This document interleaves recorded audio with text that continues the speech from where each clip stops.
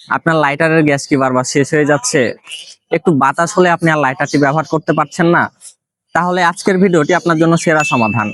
আমরা আপনাদের জন্য নিয়ে এসেছি একটি টাইপ সি ইলেকট্রিক লাইটার, যে আপনি বাতাসে ব্যবহার করতে পারবেন এবং এটি গ্যাস শেষ হয়ে যাওয়ার কোনো সম্ভাবনা নেই।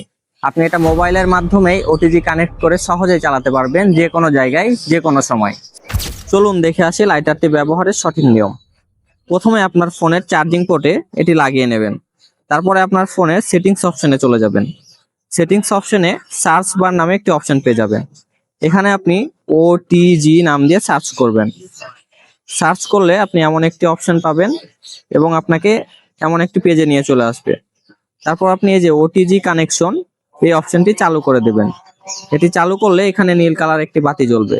আপনি যখন এখানে ফু দেবেন তখন এটা লাল হয়ে হিট হবে। তারপর আপনি যখন কোনো কিছু জ্বালাতে চাইবেন, এই যে এটি সহজে জ্বলে গেল।